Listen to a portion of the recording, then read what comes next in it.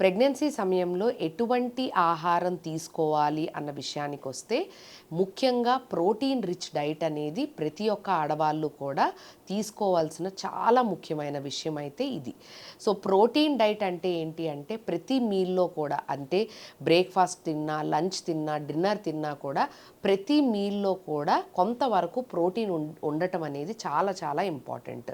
So protein అనేది ఎలా మీ డైట్‌లో ఇంక్లూడ్ చేసుకుంటారు అంటే ముఖ్యంగా ప్రోటీన్ రిచ్ డైట్ అనేది ఎందులో ఉంటుంది అంటే ఆహ్, అంటే పల్సెస్, అంతేకాకుండా డ్రై ఫ్రూట్స్, అదేవిధంగా దాల్, పప్పు, లెగ్యూమ్స్, సోయా, బాయిల్డ్ స్ప్రౌట్స్, అదేవిధంగా పన్నీర్, చికెన్, ఫిష్ వీటిల్లో ముఖ్యంగా ప్రోటీన్ శాతం అనేది కొంచెం అధికంగా ఉంటుంది.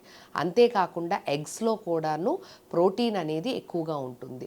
సో ముఖ్యంగా ప్రతి ఒక్క ప్రెగ్నెంట్ మదర్‌కి కూడాను at least 150 grams of protein intake అనేది ప్రతిరోజు ఉండాలి కాబట్టి వాళ్ళ డైట్‌లో ఎట్లా వాళ్ళు ప్లాన్ చేసుకుంటారు అంటే మార్నింగ్ బ్రేక్‌ఫాస్ట్‌లో గానీ, లంచ్‌లో గానీ, డిన్నర్‌లో గానీ ప్రతి మీల్‌లో కూడా ప్రోటీన్ ఉండేటట్టు చూసుకోవడం చాలా చాలా ఇంపార్టెంట్.